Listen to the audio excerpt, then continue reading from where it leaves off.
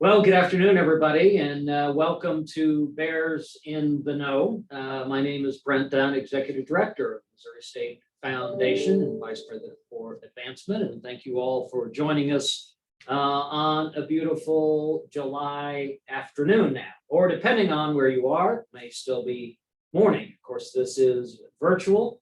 And in the past few episodes, we've had people all over the United States joining us. And so certainly we're glad you're here today talking about the public affairs mission and its effect on our community and in the state of Missouri. Again, this series is being sponsored by our friends at Arvest Bank, and we appreciate their help in presenting this and always their dedication to Missouri State University and the community. Well, I hope you all had a good 4th of July weekend and a holiday. I always enjoy 4th of July, probably one of my favorite holidays, but it also gets me a little bit nervous because that means just a few months and we start the fall semester at Missouri State. And we're excited to start. It is a neat time when the campus is full of students and all the activities are happening, and that certainly is enjoyable time. A lot of things going on at the university, even during the summer, as we get ready to prepare for the fall. And I'm privileged now to introduce our provost of Missouri State, Dr. Frank Einhausen. Frank will give you an update about the university. Frank? Greetings to everyone. It is indeed a pleasure to say hello to you who are much further away than you would be if we were doing this in person.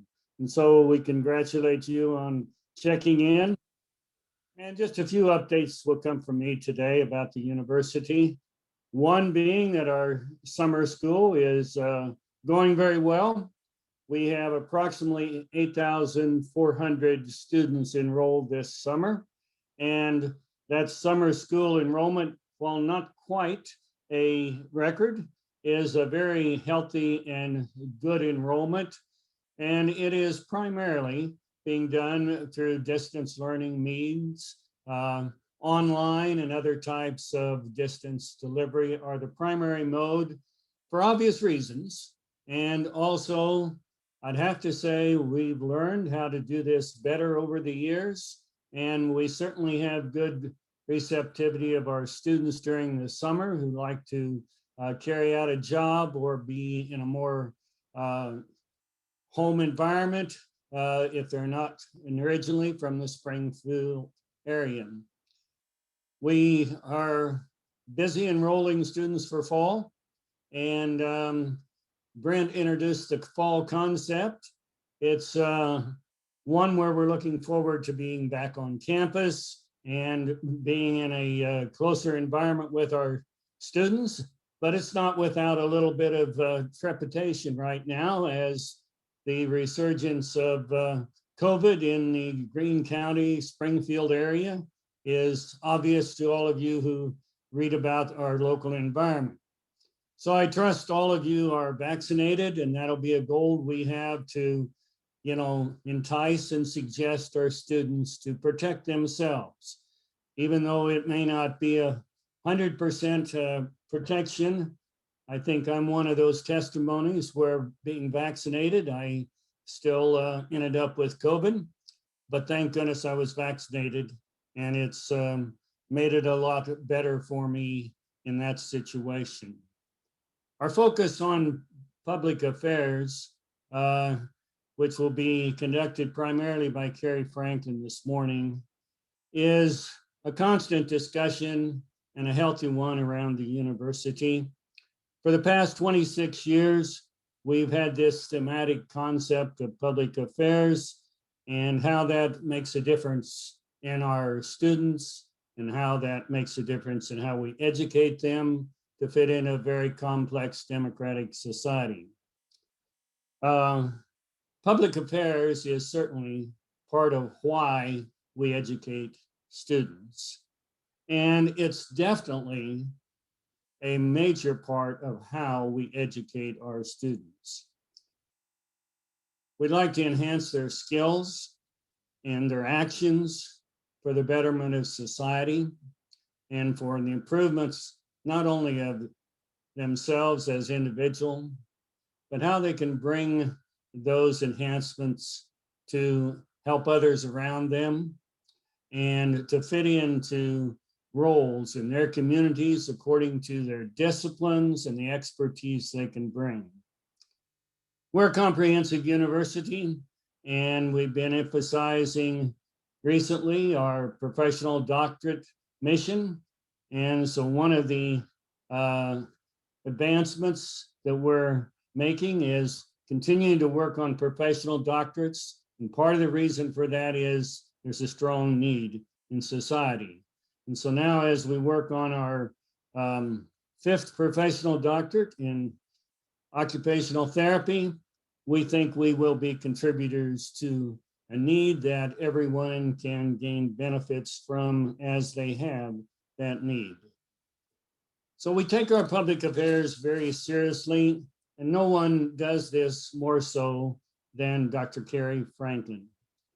Carrie is our featured speaker of today, and Carrie is not any newcomer to Missouri State University, having been here 16 years, but she's a relatively newcomer to her role as Associate Provost for Public Affairs and Assessment. She was appointed just a little less than a year ago to that role, and she comes to that role after serving many years in her professorial role in the Department of English, having garnered grant funds to the tune of almost $6 million that have helped our communities through, in many cases, the teaching of teachers how to better teach writing to their students and enhance the skills of their students. And more recently, Carrie has almost a $4 million grant that's helping the communities of the Ozarks with regard to skills related to computer utilization, including writing and coding processes. And she does that with a team of people, and that's part of her expertise, is working with a team. Over the years, Carrie has certainly made a contribution in her role of Director of Assessment that started in 2013. And now transitioning that, she's responsible for being director of our Center for Community Engagement, our oversight activity of the director of the citizenship and service learning activities. She does the campus-wide work of assessment and gives direction to all those who need help in that way. And she continues to be a key in our reporting and justification of our accreditation to the Higher Learning Commission. But nothing is more important to Carrie than our public affairs mission, both in organizational things and in purpose. Carrie lives this mission, and it's my pleasure to introduce you as our featured speaker. Carrie, please take over. Thank you so much, Dr. Einhelig, for the kind introduction. I really appreciate it. I'm going to share my screen right now. If you will, one moment, please.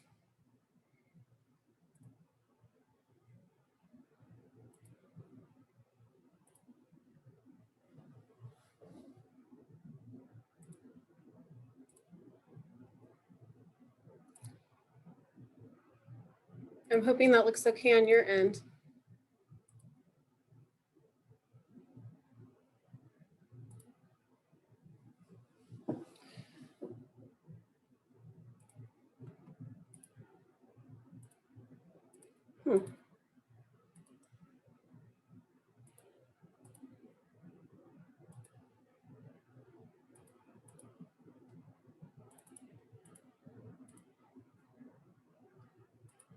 Hold on just a moment, I apologize.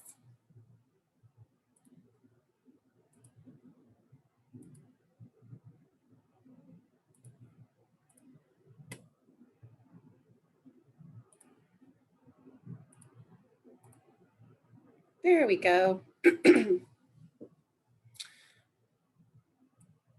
Thank you, Dr. Einhellig, again for the kind introduction. And Brent, Stephanie, and Kelsey, thank you for the invitation. Thank you to Arvis Bank today for sponsoring. I've always enjoyed attending Bears in the Know, and we're very honored to be a part of this today. And thank you all for attending, for taking time out of your busy schedule during the summer to attend this talk. And I just want to start briefly with a little bit of background in history and how the public affairs got started. Many of you know, but some of you may not know, in 1995, Governor Mel Carnahan signed Senate Bill 340 into law, establishing what was then Southwest Missouri State as the home to a statewide public affairs mission.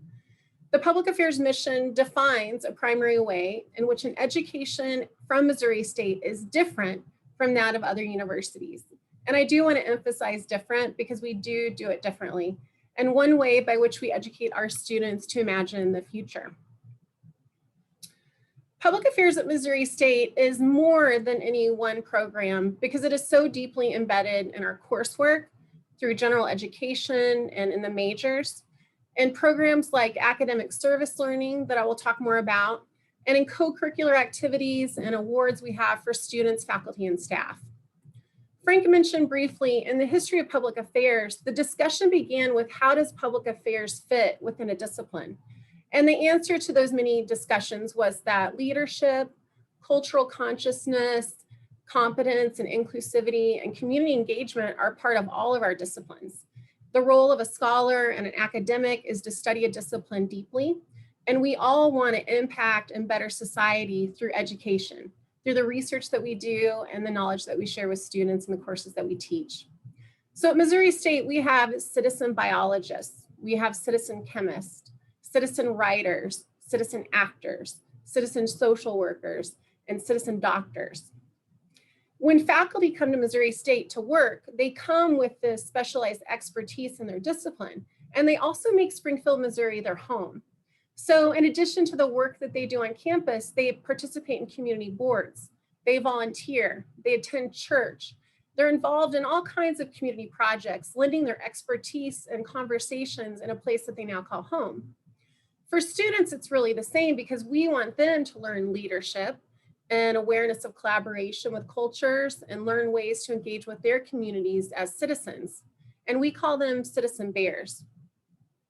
When I began working at Missouri State in 2006, we were thinking deeply about what it meant to be a public affairs institution. Even though in 1995, that's when the mission started, in 2006, we began talking about the pillars: ethical leadership, cultural competence, and community engagement.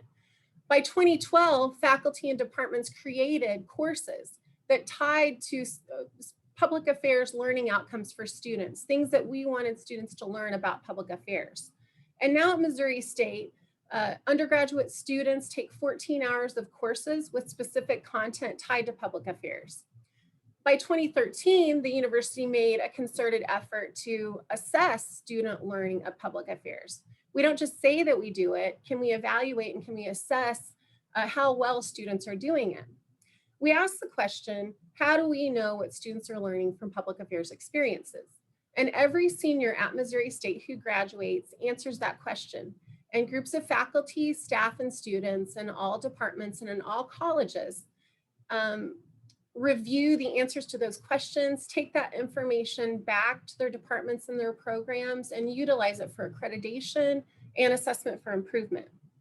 I could go on for days about how we do public affairs, and I will miss talking about so much today, but I have a short video that summarizes the work of public affairs at Missouri State.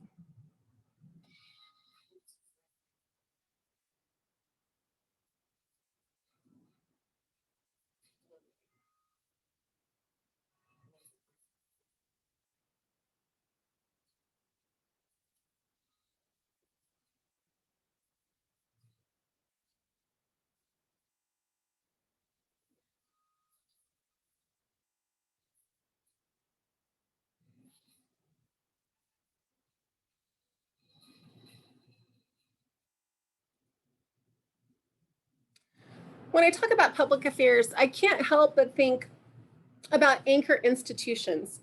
Anchor institutions are nonprofits that don't typically move. And I chose this picture that you have in front of you. It doesn't show everything. Missouri State is much larger than this now, but Missouri State is anchored in the community. And unlike a company like Amazon or Google, who might leave a community if a better deal came around, institutions of higher ed like Missouri State that have been around since 1905 will not move. Missouri State makes an investment in the community and vice versa. And one way in which we've tied faculty and students to local community is through a program called academic service learning. Service learning, Frank mentioned, I'm a teacher, and service learning is just a teaching tool. And if you're a teacher, many of you have probably done something like this. But professors tie classroom assignments to community-based needs, so they get an authentic learning experience. So service learning by definition has to meet a community or a social need. And we have an office on campus, Citizenship and Service Learning, who helps facilitate these connections between faculty and departments and colleges and community, nonprofit community partners. The connection to the community isn't extra, it's embedded in the course. But this is not simply an assignment. These connections between faculty and their courses and the community partner have a large economic impact. The next slide shows you programs and the number of hours spent and estimated dollar value of the faculty, student, and community connection.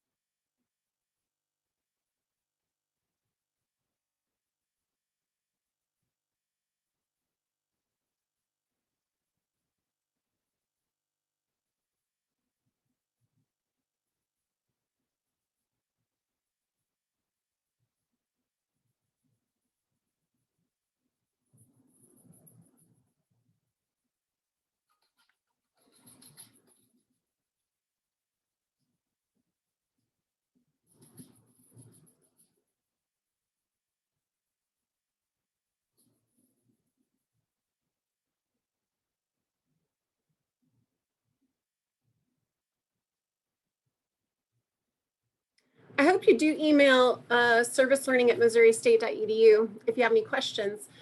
The video gives you a quick big picture, but let's take a closer look at some of these numbers. Academic service learning as a program works with 150 nonprofit community learning sites and contributing nearly $4 million in value to the community partners. There are nearly 900 courses that put service learning into practice with assignments that support partners in solving community problems. There are close to 350 faculty at Missouri State who teach using service learning, and nearly 9,000 Missouri State students in the community who have worked nearly 160,000 hours. I have to compliment and shout out Dr. Kathy Nordyke, the director of CASEL, and Charlie Whitaker for their work. I always say I would put Dr. Nordyke head to head with anybody in the country who's leading service learning programs because of the outstanding work that we do. Obviously, we can't list all of these partners. You saw a quick glimpse of some of them, but I do want to highlight community partners that have a significant need and we connect faculty and students to. Springfield Community Gardens, agriculture, biology, biomedical science, and nutrition service learning students work with Springfield Community Gardens, medical garden that's located at Cox South. Food becomes a prescribed medicine by physicians for individuals to prevent and reduce chronic health problems. The medical garden is one of 4 nationally selected gardens and serves as the largest medical garden with 27 acres and serves as a model for healthcare entities. Our students on campus work in the garden and have been really vital to the effort and the growth of the community gardens. In this business class, ITC 200, Jennifer Lowenthal Hershey breaks students into small groups and they examine issues from Springfield's Community Focus Report. They choose an issue to address and then using what they learned in class, build computer science models for addressing the issue. In this photo that you see, they're presenting solutions to their class. And this group had chosen education and was focusing on closing the achievement gap. They also share and work alongside the community partner. Another example from this course is one group studied public transportation and found that it took 4 hours to get across the city using public transportation. Results of the students' findings, along with a detailed report outlining potential solutions, is provided back to the community agency. Another program is Community Alternative Sentencing Courts. Criminology students, social work students, and psychology students work with the NICSA Alternative Court Sentencing Program as case managers, and they work with low-level offenders in alternative sentencing programs. We have videos on the website, which I highly encourage you to watch. Vision screening has had a major impact in our area. Our students have worked to provide vision screenings to over 50,000 people. And I wanted for you to hear a student voice.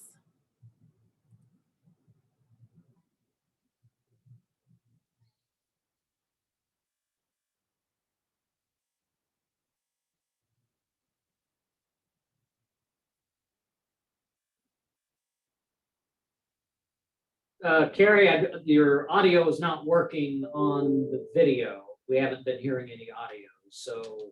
Okay, thank you for that. Yeah. I'll move ahead.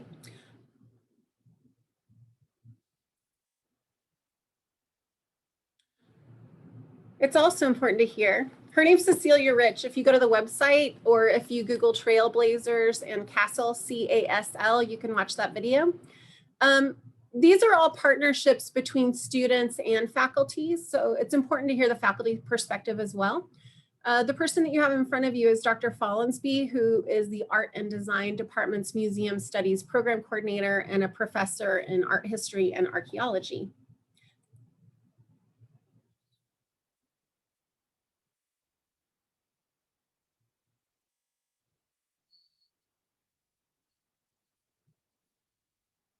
Oh, Carrie, same thing.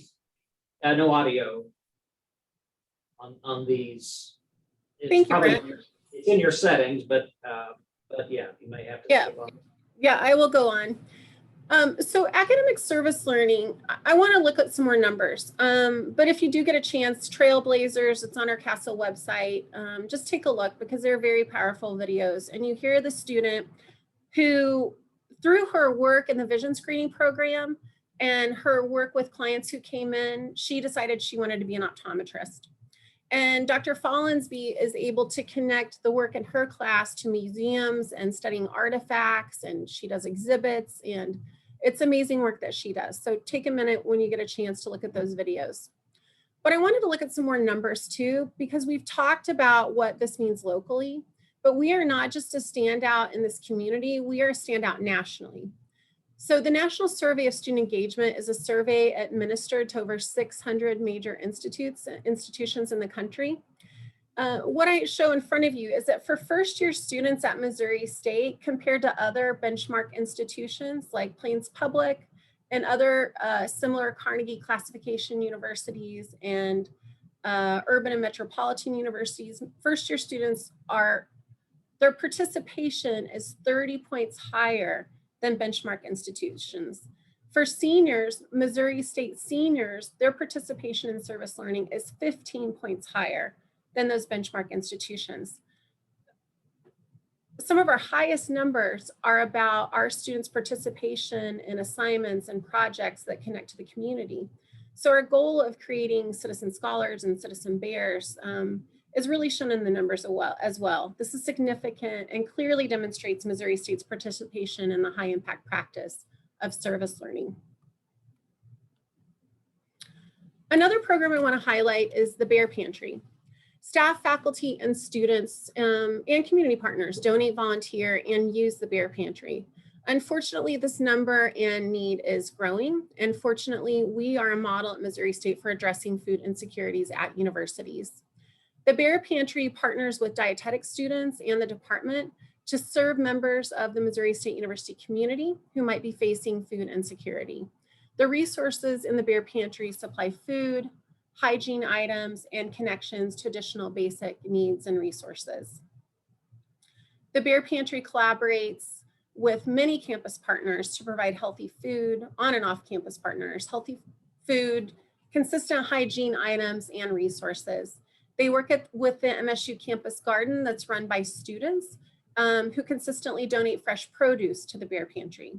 Nutrition and dietetic interns serve at the Bear Pantry as part of their internship rotation, developing healthy recipes, food demonstrations. Nutrition and dietetic graduate students have also developed research projects based on college food insecurity using data collected from our efforts. Students in the Dar College of Agriculture support the Bear Pantry's hydroponic systems, which yield fresh produce for pantry members. There were some faculty members in agriculture who study hydroponics, and we were able to take their knowledge and utilize that in the Bear Pantry. Externally funded grants of all kinds bring in financial resources to help faculty research, and most important, to benefit our local community with resources they would never have the money for. Frank mentioned earlier a grant that I got, and as a faculty member, I want to share this because it's very close to my heart.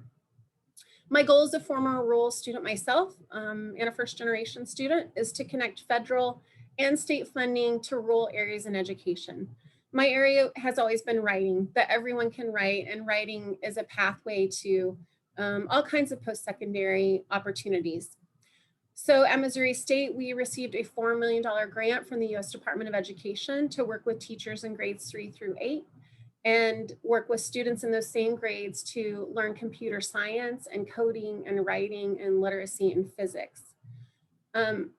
One thing that stands out to me about this is in the computer science field today, you can live in Ava, Missouri, or you can live in Buffalo, Missouri, and with the right internet, you can work anywhere in the whole world. It is true globalization.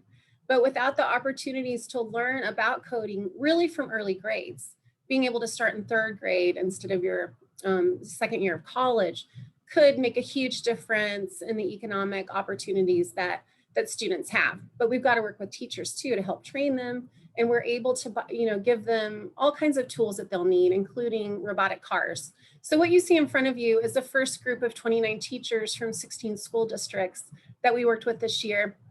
On the right side, you see the team, and it's a wonderful interdisciplinary team from 4 colleges: the College of Education, the College of Arts and Letters, the College of Natural and Applied Science. Maybe it's just 3. You've seen a lot of projects today, at least heard a little bit from a lot of different people, but there's some method to all of this, and part of what helps direct the work that we do and tie our work together is the university's annual public affairs theme. So this year's theme is Bridging the Divide, and we have a faculty public affairs fellow each year. This year's public affairs fellow is Dr. Elizabeth Walker, who's a professor of animal science in the Dar College of Agriculture. We've been doing this for close to 20 years, and Monday, September 27th through the 30th that week, we will have opportunities for anyone in the community and our students and faculty on campus to participate in speakers and panels from people all over the country. And I hope you can get those dates on your calendar because we would love to have you there. Bridging the Divide is this year's theme. Some past public affairs themes are listed above. Our last year's theme was the power of voice. For the theme Bridging the Divide, during the Public Affairs Conference, the Missouri State Foundation is sponsoring John Quinones. You may know him. He's on television, and I always forget the name of the show. But he really asked the question, you know, what would you do in a situation? What kind of ethical decision-making occurs when you're put in a role where you might have a difficult choice? We also have Shireen Marisol Meraji, who is on NPR's Code Switch, and she's sponsored by the Student Activities Council. Dr. Bill Doherty, actually a student in the College of Humanities and Public Affairs, nominated Dr. Doherty. He worked on a project on campus called Pause to the Polls, in which they do a lot with voter registration and civic engagement. And then we have Daryl Davis, who is a Grammy-nominated pianist. And he's also on a show you may have seen called The Wire. But more importantly, he talks about how can you hate me when you don't even know me? And he talks about his work and his conversation and dialogues that he started with former Ku Klux Klan members. And then we have Springfield Street Choir, which you may know. It is a choir of homeless people in partnership with really faculty and students and community members. And I want to extend an invitation for you again to attend the 2021 Bridging the Divide Public Affairs Conference. We would really love to have you. We also have the Winter Public Affairs Convocation. Convocation used to be in November, but we've changed that up. And so we'll be having Winter Public Affairs Convocation February 8th, 2022. And our common reader this year is The Power of I Will. The author is Sean Thompson, who's a world champion surfer. He co-wrote this with Patrick Moser, who lives in Springfield, Missouri. If you've ever heard of someone surfing in a tube, well, Sean is the one who invented it. And he has an inspiring story to tell us. But I want to tell you, I told you a little bit about my Coders Grant. And I wanted to share one other story about, you know, writing is so important to me. And I want students to come to Missouri State, but it has to start early and it has to start young. And my goal of bringing people to campus and focusing on rural schools has really ended up being something called the Middle School Writing Conference. So I want to share a little clip, and I hope it makes you feel great to see pre-COVID what it looked like to bring 600 5th through 8th grade students on campus. And also to give you a little bit of a preview of Sean Thompson and some of the message that he will bring for the common reader and also the Winter Public Affairs Convocation. Hoping this will work.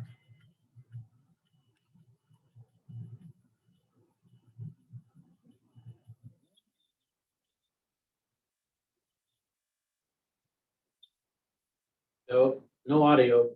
Let's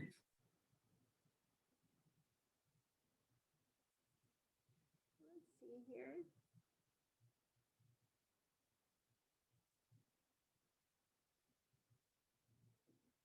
Well, I may have to skip it.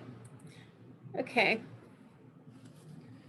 Again, it's on the website.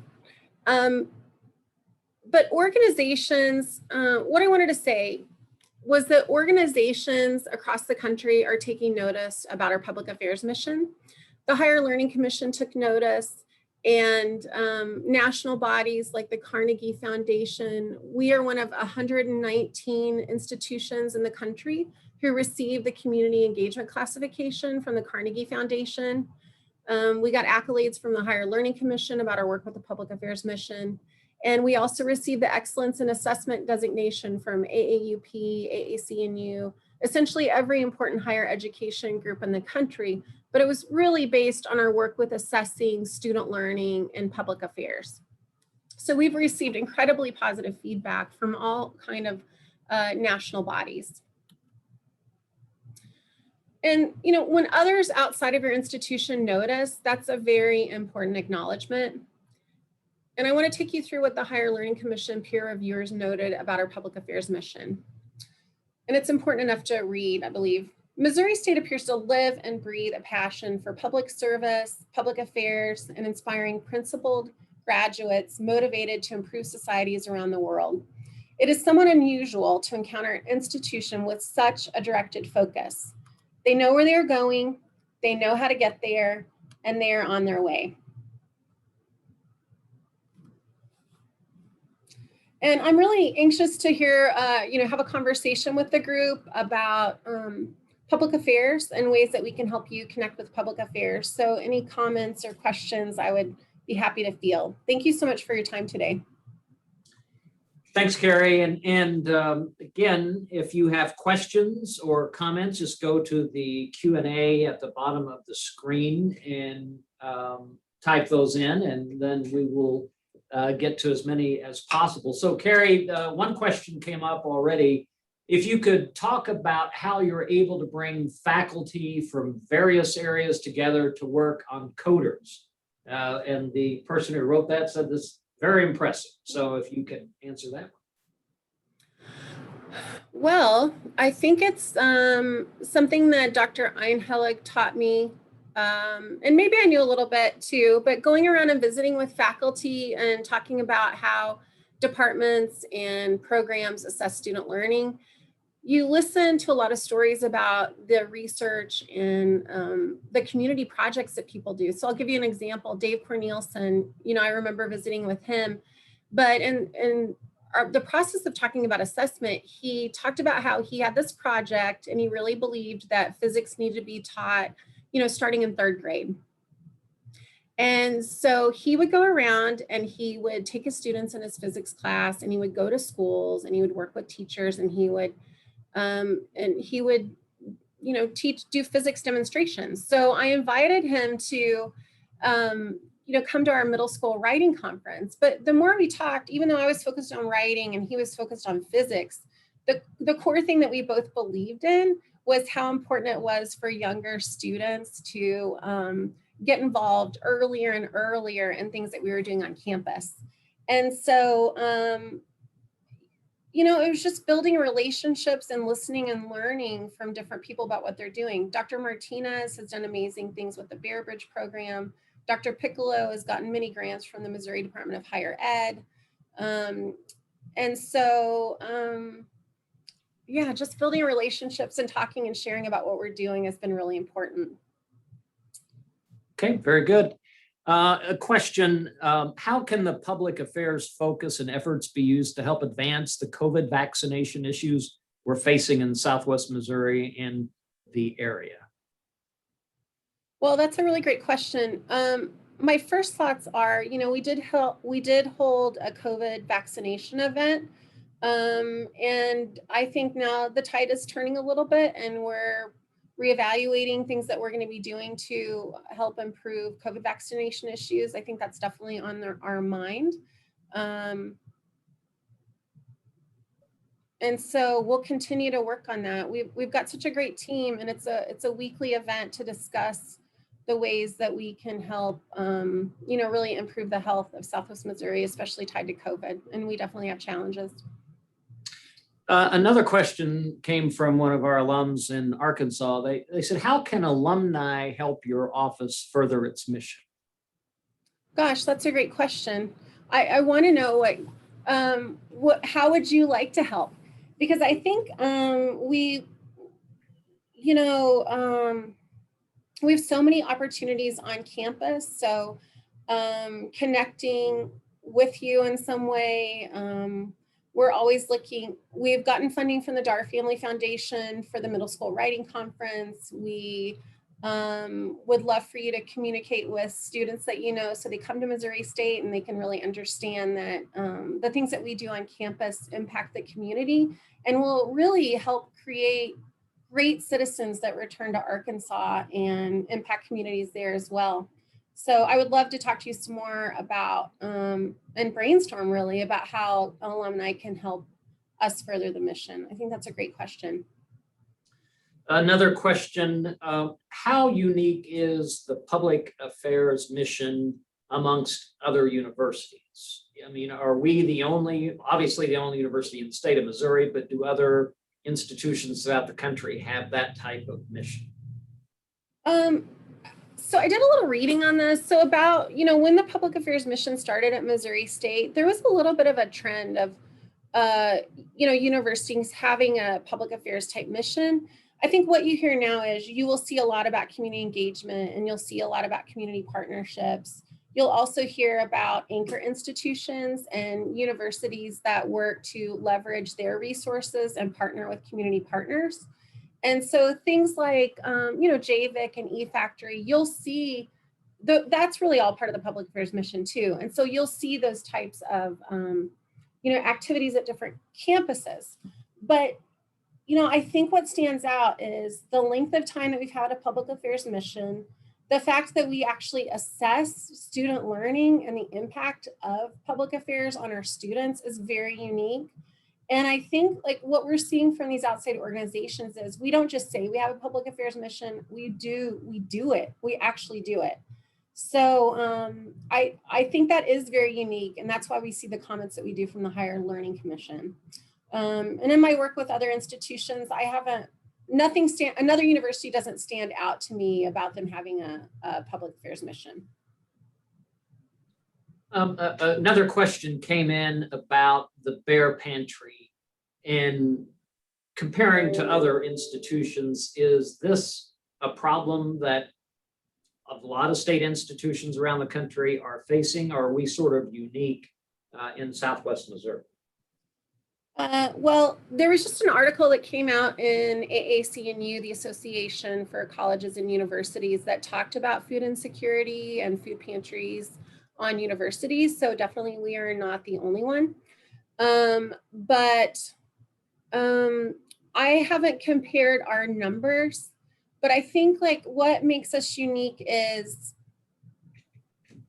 this partnership with the dietetics program. And Alex and I talk a lot about like, we want to be the model for other places that have university food pantry programs. We've done, in my other role in assessment, we've done Bears Care surveys, and the data should be on the website. But we ask students, do you need help with food? Do you need a place to live? What do you need? And so we then made contact with the students who said, yes, I need help, or maybe I need help. So the food pantry contacted every one of those students who did the survey. Our response rate was something like 50%. So he was calling 600 or 700 people. So I think we are unique in getting our ability to survey and get students in the door. I think food insecurity is a problem nationwide. I can't tell you for sure if it's worse than other places, but I think it's definitely a trend. A question came in about the students that really excel in learning more about public affairs. Have they gone on to other positions outside of Missouri State and really transformed other types of communities, institutions, that type of thing? Oh, I think there are more examples than I could even tell you about. One I can mention, when I think about Springfield Community Gardens, through the work that our undergraduate students have done, they have received some major grants from the U.S. Department of Agriculture. And our undergraduate students have become our graduate students, and now they've hired 2 of our students to work for Springfield Community Gardens. And so that's just one example. But you'll see students in the senior survey where they write essays about what did you learn about public affairs. Some of the most important ones are public affairs isn't something that other people do. It's something that I take with me when I go out and I participate in community events. And the power of it too is that they get to see how it ties with their discipline. It's just not an extra activity that they lay on it, that it's embedded in what they eventually want to do. So how do you get engaged in community when you're a chemist or a biologist? Like, what does that look like? You've got research, but how does your research tie to the impact of turtles and on rivers? And then what does that do to that local community? And so definitely so many examples of students who have gone on. And we have awards like Citizen Scholars. And so if you go to our website and look up Citizen Scholars, and also the Public Affairs Hall of Fame, You look at some of our students who have gone on to do great things that are highlighted and acknowledged and honored at those events. Dr. Franklin, thank you so much for your presentation. I will expand on the John Quinones event that is, again, as she mentioned, sponsored by the Missouri State Foundation. He has the show, ABC's What Would You Do? And he's on ABC News throughout the day as well. He will be here on September 28th. And we have an opportunity from the foundation to meet him and receive an autographed book. And you can call Stephanie Smith in Donor Relations, 836-4143 to make reservations for that. The event itself is free and open to the public at Juanita K. Himmons Hall for the Performing Arts. He'll be speaking for an hour or so. But he is very excited to be on campus and to present. Again, that is on September 28th. Do want to thank our friends at Arvest Bank for sponsoring this series. This actually concludes our series for the year. And we will revamp this particular program, and we have some surprises in store in the future. We will be going to a virtual and also in-person event. So again, the good things that came out of all the COVID is that by doing this virtually, we can involve people all over the country. And so we want that to continue, but it's also good to have people in a room together and learning about the events at Missouri State and issues surrounding our world. So in the coming weeks, probably months actually, we'll have some more information about this revamped series. And stay tuned for that, and we hope you'll be involved in that. Again, thank you to Arvest. Thank you all for being with us, and enjoy the rest of the summer. Go Bears.